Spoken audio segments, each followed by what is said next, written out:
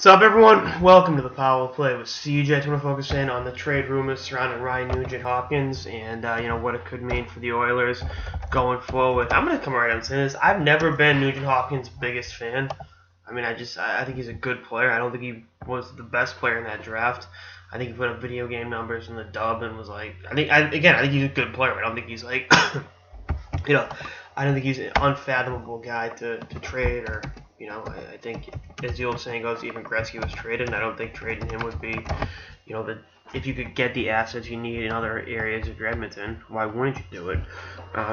He's never really dominated. I know he's played on some really, really bad teams, but at the same time, it's like, you look at what they've got down the middle with Connor McDavid, and, in the last, 15, 20 games, Leon Draisaitl, and I know Draisaitl's numbers got off that really, really hot start. These are like 2 points in his last 7 games or something. But, he's shown he can play.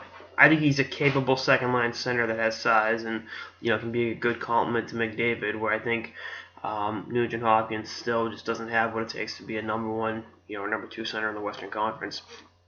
You can put McDavid, Nugent-Hopkins, Draisaitl tandem down the middle. You can say that all you want, but I don't see that as being a viable long-term thing in Edmonton, particularly when they need. He's a skilled offensive player. They have skilled offensive players. They need to go out, get help on defense, get some size up front, and go from there. And, I've been saying that for 3-4 years now, and it still rings true. I mean, I like.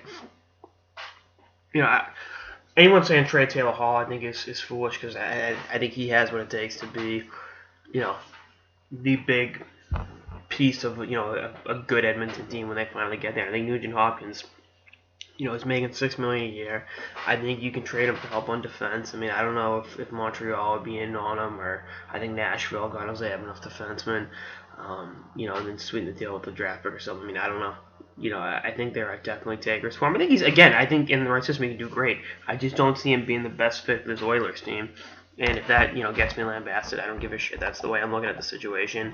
And, having Nugent-Hopkins, yeah, it's great. He can, facilitate and do some things, but he's not going to help unless you address those other areas, he's not going to help your team win. And I think you can use him to address those areas, and you'll be fine. I mean, all these number one draft picks, and they've failed to properly build around them. And, I thought Shirley was going to be the guy that changed all that. And it's like, well, in some ways. And McDavid getting hurt kind of threw a wrench in it this season. But the fact that they're this awful 5 years, 6 years into the rebuilding process is like, this is a joke. It's an absolute freaking joke. And, unfortunately, they get some great fans and they're suffering because it's like, all right, every year it's like, oh, now there's optimism. And it's like, nope, there's not.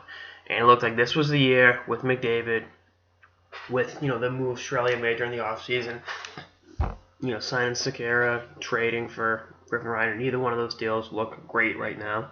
But I would have done the same thing in both circumstances. I can't fault Shirley. It's just such a, tough situation in Edmonton. And, I think if you can move Nugent-Hopkins, get some help on defense, maybe get some more size up front, and I think long-term you're building a better winner. And they always say, oh, they're going to trade one of their forwards. It's like, when? They've been saying that for, 3, 4, 5 years now. Jordan Eberle's stock's at an all-time low because he's coming off the injury. You're not going to get much from him. Neil Yakupov, after looking really, really good with McDavid, is starting to look like, the Neil Yakupov that had the B word surrounding him for a while. So, again, it's just one of those situations. It's unfortunate, but, sometimes you got to move. You got to give up good players to get good players. And I don't think trading Nugent-Hopkins is that blasphemous. And if you do, then, unfortunately, you're part of the problem.